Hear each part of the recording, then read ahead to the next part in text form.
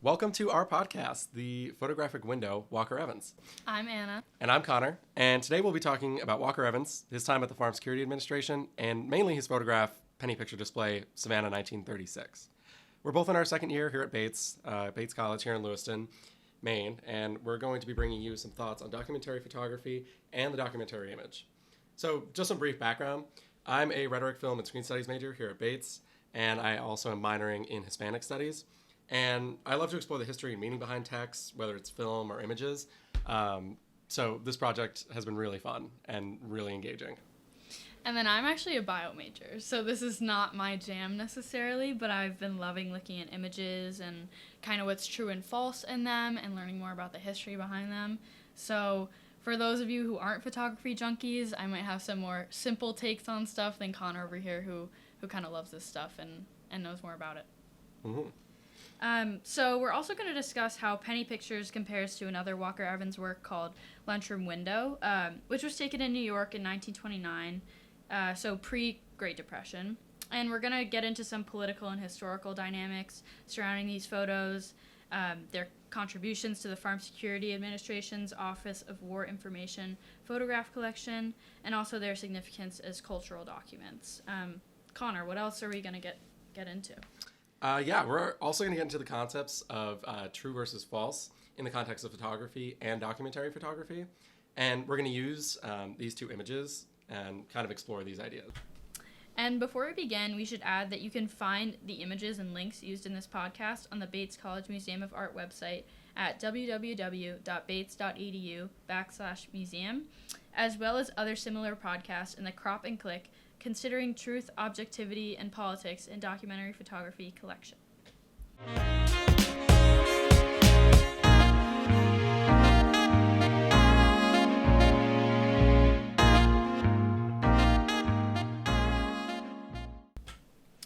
So we want to start out by giving you, our listeners, some background on Walker Evans, the Farm Security Administration, aka the FSA, and the era in which he worked.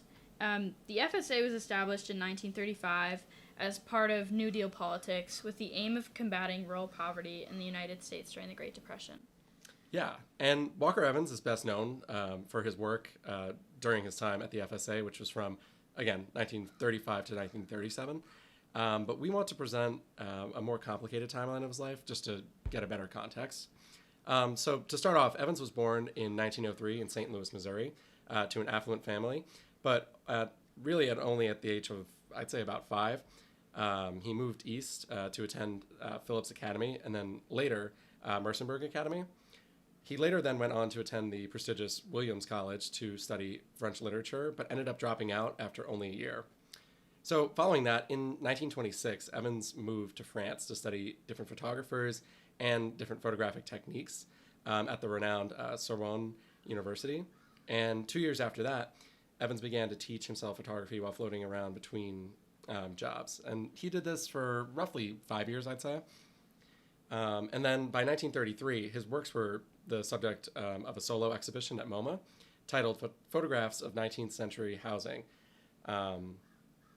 2 years after this exhibition in 1935, he accepted a temporary government contract with the U.S. Department of the Interior to photograph unemployed coal miners in West Virginia, where he then was able to turn that temporary position into a full-time one with another government institution being the FSA.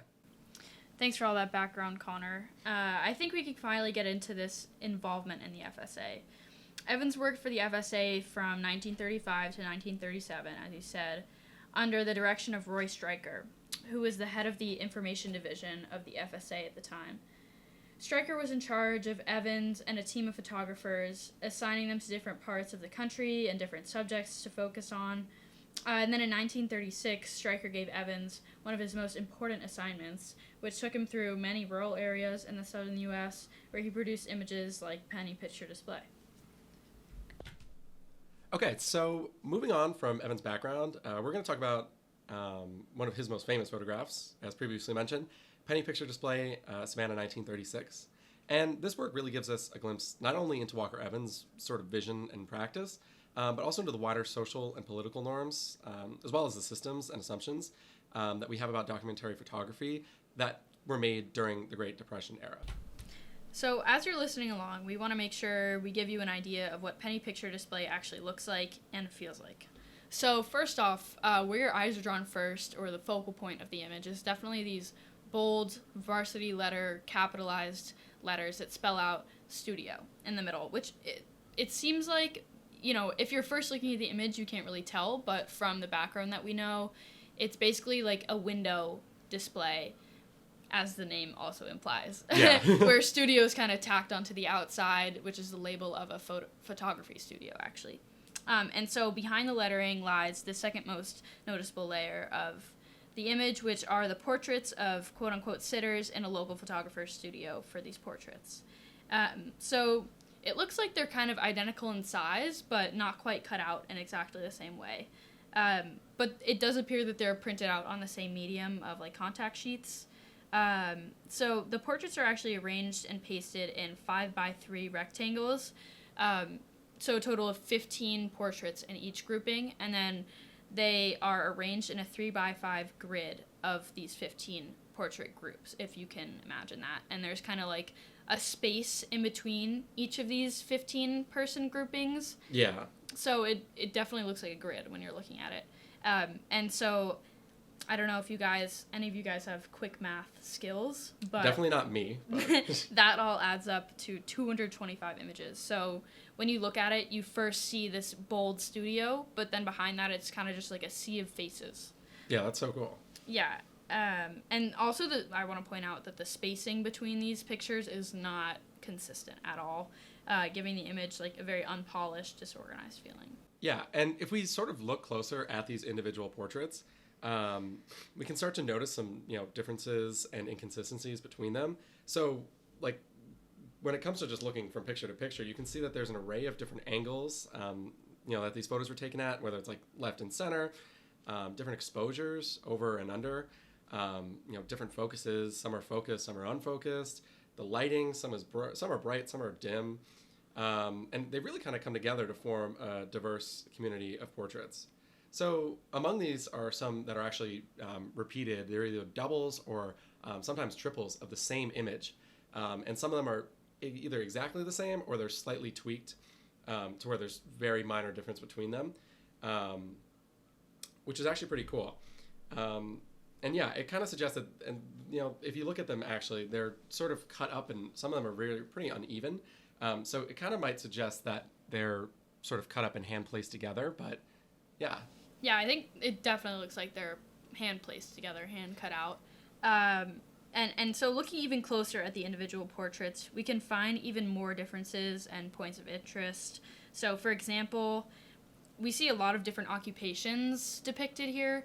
Like, there's one guy who's in, like, very much business attire, suggesting he might be of a higher class, while there's others wearing, clothes that suggest they might be manual laborers. One's in a newsboy cap, suspenders, and overalls. And then another one's in a military uniform, so you can definitely see there's a big variety.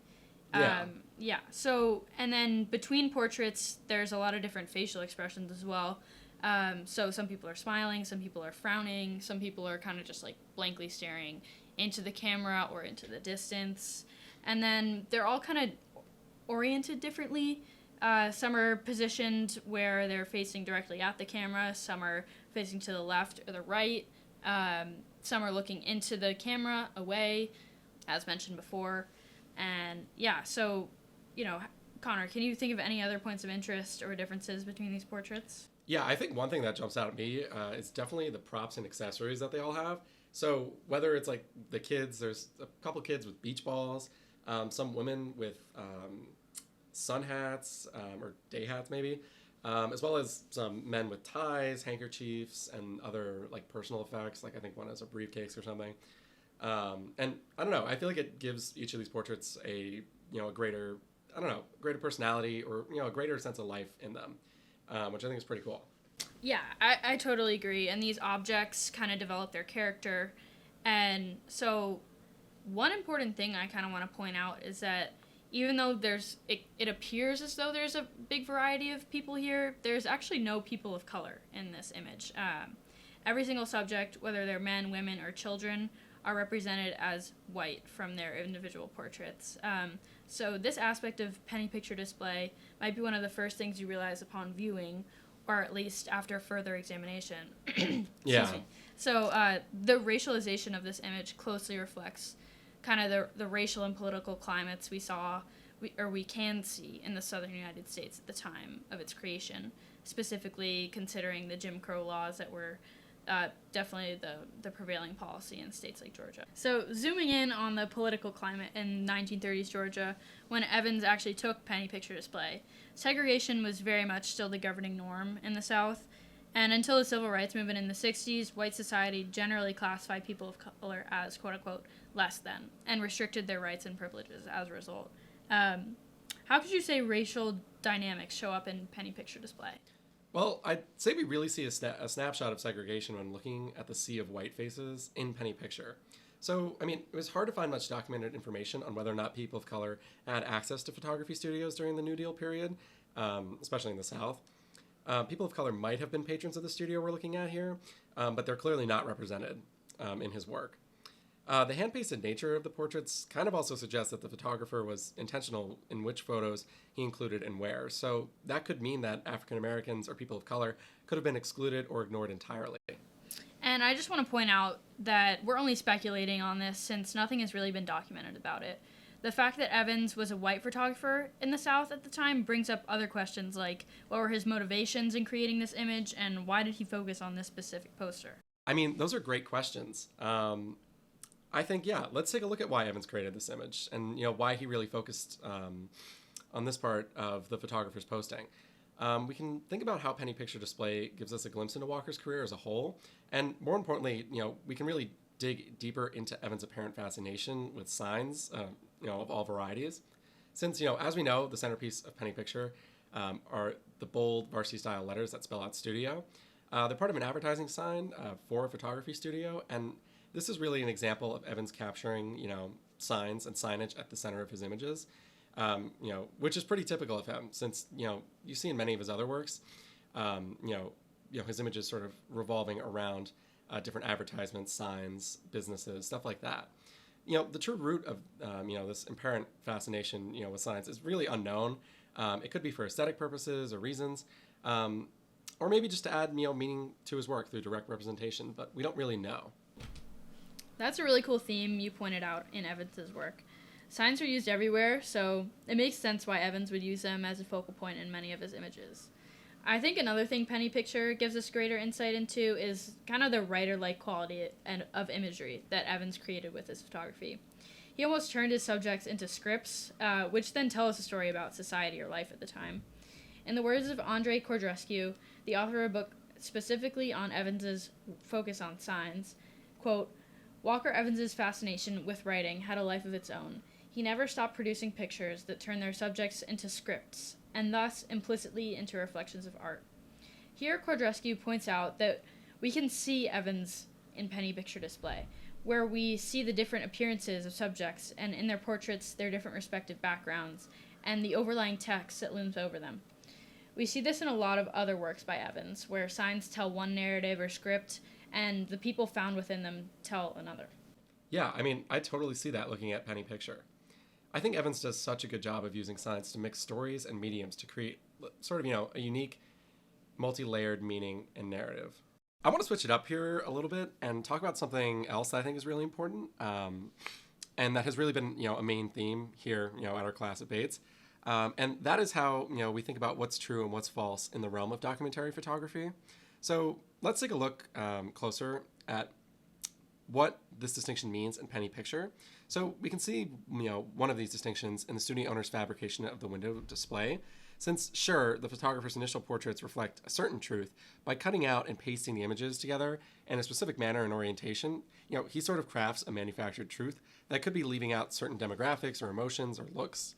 And, Evan captures this paradox within documentary photography, since he took a picture of this display. What might the unedited version look like? And, is there really any way to be certain that an image is or isn't fabricated to shape your perception of it? These are all questions that arise, not only from this image, but every single image or documentary image ever taken. I mean, I think it's definitely something we need to consider a lot more, especially in today's context. We're seeing hundreds of images a day, and each of them has their own kind of level of truth and falsehood, which are rapidly and unwittingly shaping our worldview. And back to our penny picture, the edited nature of the post in its entirety really generates a lot of doubt. For all we know, the unedited version of the poster could be advertising something like completely different from what we're seeing. And to answer your second question, I think the reality is that we can't ever really be 100% certain if an image is fabricated or not. Yeah, and I think that all the captions that we found for penny picture display also play a huge part in the discussion of true and false, in documentary photography, beyond the visual image itself. So through our research, we found wildly different information surrounding the image, from source to source. So, and, mainly on, where the image was taken. So the official caption, which we have mentioned again and again, to be penny picture display, Savannah, 1936, at face value suggests that the image was taken, in fact, in Savannah, Georgia. This is in line, with a trusted source being, MoMA, Museum of Modern Art, whose official caption reads, "It only cost a penny to have your portrait taken in Savannah, Georgia in 1936. The studio operator, part photographer, part businessman, arranged his favorite examples in a neat grid to attract customers."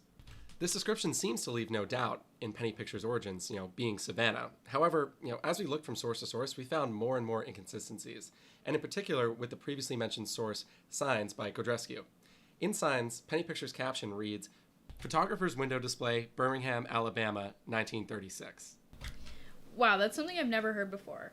I wonder where this inconsistency came from. The contradiction with a source like the MoMA is especially surprising since Signs is a book entirely about Walker Evans' photography of signs. All of Gerraughty's other information seems to be correct, too, so this is really a puzzling discovery we made. I know, right? It's so weird. This contradiction, seeded some serious doubt in our research and analysis of penny picture. This definitely pushed us to look further and further to ensure that we knew the actual location, where the image was taken. The thing is, we'll never know exactly where it was taken, since Evans never documents things, metadata like the studio's location, the owner's identity, and any other important facts, which leaves this image largely anonymous, creating, an immense doubt, even amongst reliable sources, which both, agree and disagree with this, metadata information. I think the average viewer could certainly take the caption at face value and assume it was taken in Savannah, Georgia. I mean, I certainly did before we truly started pursuing leads about potential truths and falsehoods within this image. An intrigued viewer might do a little more digging and discover the same discrepancies amongst sources, but might never truly get to the bottom of the answer. It's super unclear. I think there might be some leads in the Evans archive, but we are still in the process of looking into that. It's going to take a lot of digging to get there. But either way, if two or more trusted sources are providing contradictory information on the location of the image in their captions, we can see how truthfulness in documentary photography is really called into question. Evans might have lied about where he took it, shrouding penny pictures in some level of doubt for sure. This is true of the documentary image and photography as a whole, since every photo has some level of doubt, whether it's going to be something like spirit images or meticulously posed images like Roger Fenton's famous 1855 image, Shadow of the Valley of Death, that require heavy alterations from reality. There's always going to be some level of doubt with these. And then truth then can only be found in certain aspects of the documentary image, not in its entirety. Yeah, I agree. And I feel like now would be a really good time to pivot to discussing another one of Walker Evans's images. It's called Lunchroom Window. Okay, cool. It was taken in New York in 1929, which I think will be an engaging comparison with penny picture. So picture this. 3 well-dressed men eating lunch together, behind a prominent window that reflects light in such a way that, it frames the scene into different squares, hinting at the sense of order present before the onslaught of the tumultuous Great Depression. Despite both images viewing subjects through a window, there are very different images inherently. Since, we see that in Lunchroom Window, the camera is further away from the window, capturing the reflection of the buildings and other objects. And on the other hand, in Penny Picture, the window is something you aren't super focused on visually, and more so conceptually. The reflection, adds a depth beyond just the men in the picture, inviting the viewer to see these men and how they appear, but to also consider the world and context within which they're kind of living. It is interesting, sort of to consider how the subjects appear very wary, and the reflection highlights the outside world that is taking such a toll on them. The diffused natural light highlights the expressions of, really the three individuals' worn faces, telling their stories of resilience and hardship, and painting a powerful commentary on the human condition. That's so interesting. And Lunchroom Window, again, was taken just before the stock market crash in 1929. Yeah, that's right. So this provides a captivating snapshot of urban life at the close of the Roaring Twenties. The quick lunch counter, a common fixture in New York City since the 1870s, the reference to a coin-operated automat, which was introduced in the 1910s, both emphasize the fast-paced and rapidly modernizing nature of urban life at the time. The image reflects the vibrancy and sophistication of this pre-Depression era, as the trio's fashionable attire within the bustling lunchroom setting create a sense of prosperity and order. Digging deeper into the social fabric, the well-dressed patrons and the restaurant's proximity to Grand Central hint at a sort of social hierarchy. This image freezes a mundane moment during an era that will soon cease to exist. Because of this, the photograph becomes a very valuable historical document, visually capturing urban sophistication and prosperity at the precipice of collapse. Yeah, that's exactly what I was saying before. We see more than the men themselves. We see, those themes of wealth, social class, and cultural shifts, which were so common in the early 20th century. And kind of to compare the two, Lunchroom Window showcases a fittingly structured composition with its pre-Depression context, emphasizing the affluence and sophistication of the time. And in contrast, Penny Picture employs a more fluid composition that reflects the frugality and adaptability central to the Depression era. Together, employing similar compositional elements while capturing entirely different pre- and post-Depression worlds, the closely similar yet vastly different images showcase Walker Evans' ability to intertwine visual storytelling with the nuanced narratives of American life. From listening to our episode, we hope you were able to unpack some concepts within documentary photography using Penny Picture as an example, with further allusions to his other work, Lunchroom Window. Walker Evans led a successful and influential career, both in and out of the FSA.